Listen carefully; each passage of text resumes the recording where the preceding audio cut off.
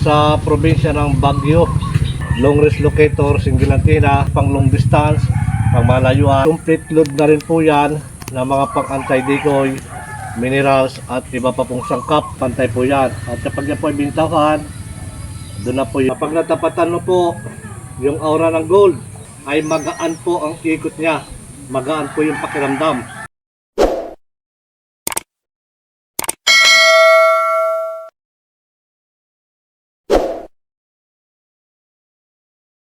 Sa probinsya ng Baguio, ito po yung inyong pinusuan, long range locator, single antenna. Ito po ay pang long distance, pang malayuan. Kung ano po yung ibabala, yun po ang ilulocate ng ating single antenna. Ayan po mga katits, ito po yung design ng ginagawa po ng Treasure Hunter Mindoro Gold Vlog, na segundo lamang ay gagalaw po yan, lalo na kapag kabisado nyo na po yung pagpapagalaw po ng ating single antenna. So ito po mga kababayan, ay complete load na rin po yan ng mga pang anti-decoy, minerals at iba pa pong sangkap na aking nilalagay. At ito po ay magagamitin nyo kapag nado na po tayo sa site. So meron po ako pambala dito. Ito po yung 24 carats na ring na siya kung gagamitin bala sa ating po single antenna. Yan.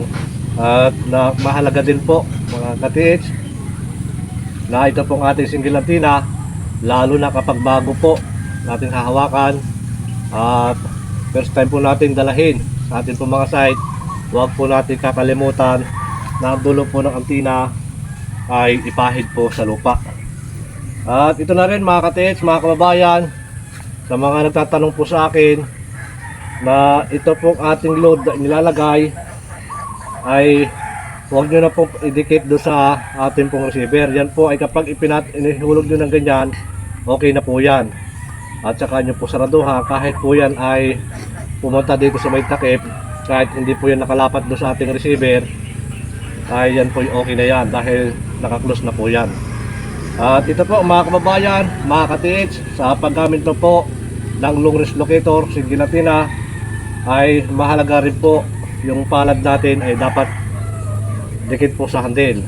Ayan, bagamat ito po ay lagi kong pinaulit-ulit o sinasabi, ito po mga katits ay akin lang po ipinapaalala sa paggamit po o bago ka gagamit ng ating pong single antenna. Mahalaga pa rin po mga kababayan na dapat po yung ating kaisipan ay focus po doon sa ating hinahanap at hindi po naglalayag, para makabuo po tayo ng frequency ng ground patungo po doon sa ating target.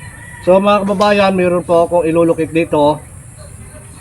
Ito po yung bracelet na 18 carats na siya kung ilulukit gamit po itong ating single antenna, at may bala po tayong 24 carats. Ganito katiit yung gagawin kapag ginamit mo na po itong ating single antenna. Huwag nyo pong hihilahin ang antenna ng isang hilahan diretso, at kailangan ganyan lang po yan, at sipatin nyo po yung tuwid na nakakod po siya pababa at hindi po siya nakabalingkag yung pong ating antenna. So ingatan nyo rin po na mabasa po ito ng ulan para hindi po kalawangin yung loob. Yan mga kababayan, ito po yung aking ilulocate. Yan. Sa paggamit mo po katiit ng single antenna, kahit isa lamang po ito ay pwede mo pong tawagan ito ng isang dowsing rod. Yan. Na ito naman po ang yung babalahan, at isa po yung dowsing rod na itutuwang mo po dito sa ating single antenna. Sa paggamit mo pa rin po, kailangan sa baba ka magsisimula pataas, at pag itinaas mo na yung katiit, dapat po yan ay tamang taas. Yun po yung pag-aaralan nyo, yung tamang taas. At pag itinamang taas mo po yan, i-steady mo na po yan, at kailangan hayaan mo na po siyang hilahin ng aura ng gold. So ito mga kababayan, mga katiits, sa pagtaas po natin, ganyan po yung gagawin. Yan, ganyan po yan, doon na po yan babaling. Yan, gano'n po yan kalakas na hinihila po ng aura ng gold. Ayan, yan, hinihila po yan. So kapag itinaas nyo po yung katits, dapat po yan ay pantay din po yan, libilado po yan, hindi po dapat tagilid, dahil kapag tagilid po yan, ganun po yung mangyayari niyan. Dapat kailangan sikapin nyo po na pag itinaas yung ganyan, nakakapagpapermis po kayo na libilado po yan, pantay po yan. At kapag yan po ay bintawan, doon na po yan tuturo. So mga kababayan, ayan, ganyan po yung ating paghawak ng ating single antenna. Ayan, ganyan po yan. Kapag galing po sa baba yan, pag itinaas mo, doon pa lang sa baba yan, sumasagap na po ng frequency yan. Kung ano po yung kanyang nasasagap, kung ano po yung bala, yun na po ang kanyang ituturo. So ito kababayan, kaliwat kanan pa rin po. Nandun yung ating items, nandun yung ating target. Kailangan gagamit po tayo ng east, west, north, south. Ibig sabihin, nakakross po yan. At magkakaroon na po tayo ng ideya na kapag ipinaas po natin ang single antenna at nagturo doon, so yan po, isipatin nyo na yan at tandaan nyo na po yan, yung isang diretsyon yan. Tandaan na po yan, at kapag lumipat ka po doon, tandaan mo pa rin po yan, magkakaroon ka na po ng ideya na kung saan po ito yung nakatapat, at doon rin po ay madali mo na matutok yan, yun pong ating hinahanap.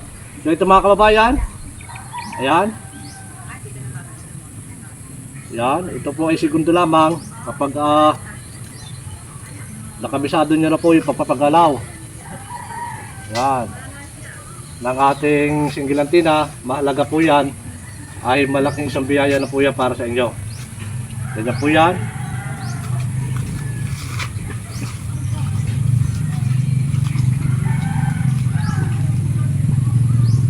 Yan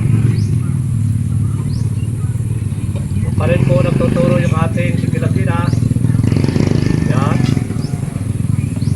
ganun siya kabilis, kalakas. Yan, ayan, ganyan po yung katis. Yan, yan, ganun po siya kalakas yung paghila po ng aura ng gold, lalo na po ito ay magaan kaysa po doon sa ating triple antenna, at mabilis po siyang hilahin ng aura po ng gold. So ito mga kababayan, dito pa rin. Yan, diyan pa rin. Ayan, ganun po siya kalakas. Ayan, diyan pa rin siya. Ayan, doon pa rin po siya nagtuturo. Ayan, doon pa rin.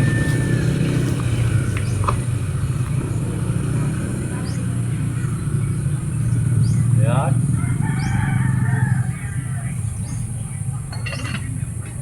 ayan.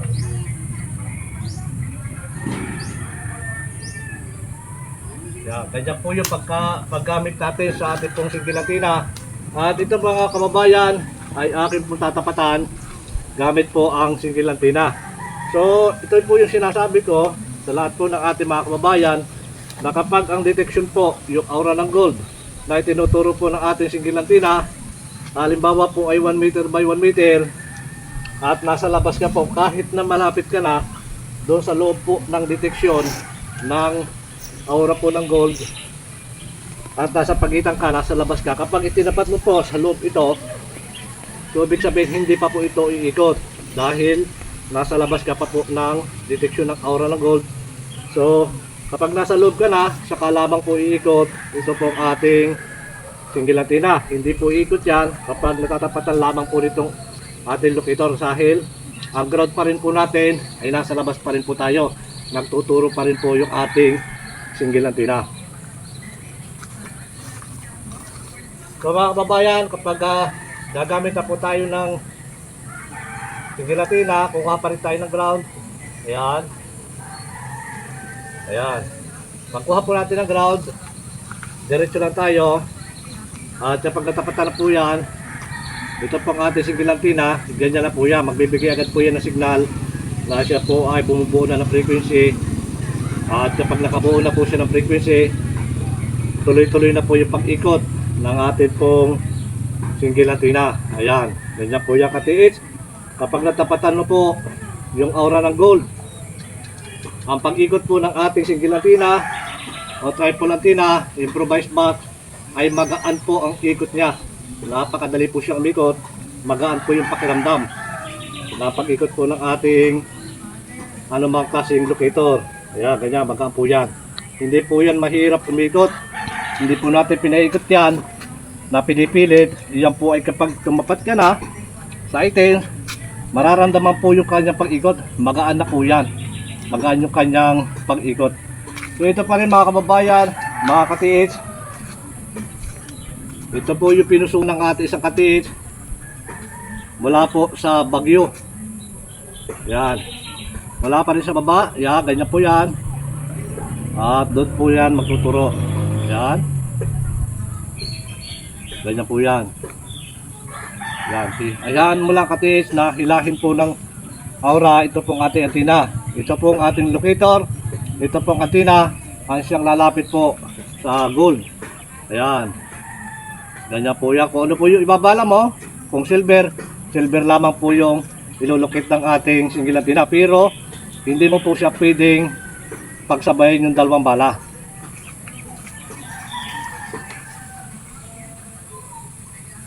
Ayan. Yan ito katiits. Ganyan.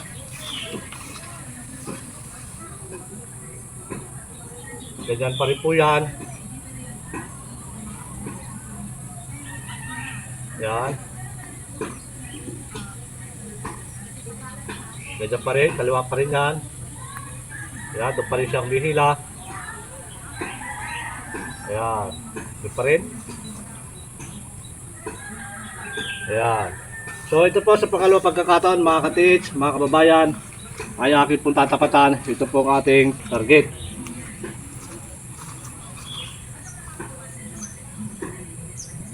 Ayan. Ito mga kababayan, pag tinapatak po yan, yan na po. Magana po yung kanyang pag-ikot. Usa po yung ikot. Ito pong ating single antenna. Ayan. Hanggang sa makabuo po tayo ng frequency. So ganyan mga katiits, yung nalulukit po o itinuturo ng aura ng gold. So dyan po yan sa singawan. Na kung saan po dyan lumalabas yung pong amoy o singaw po ng gold na dyan po nila pinadaan. Ayan, ganyan pa rin po yung pag-ikot po ng ating single antenna. Ganyan po yan. Ayan. Mula po sa probinsya ng Baguio, ito po yung pinusuan, long range locator single antenna. Ayan. At muli po mga kababayan, yun po ang aking ibinabahagi tungkol po dito sa singawan, sa aura po ng gold na kung saan po siya lumalabas. Ay yan po yung una na inaugalian. Yan po yung una na ginagawa po ng mga treasure hunter na dinadala-dala hanggang sa ngayon, yung pag kung saan po nalulukit yung aura ng gold ay dun po sila naghukay. So yun mga katiits, ay ginagala ko po kung ano po yung inyong paniniwala o diskarte sa inyo pong ginagawa. So sa ganang akin po yan, ay hindi po ako dumadaan dito sa kung saan nasingaw po yung aura ng gold at doon po itinuturo ng locator.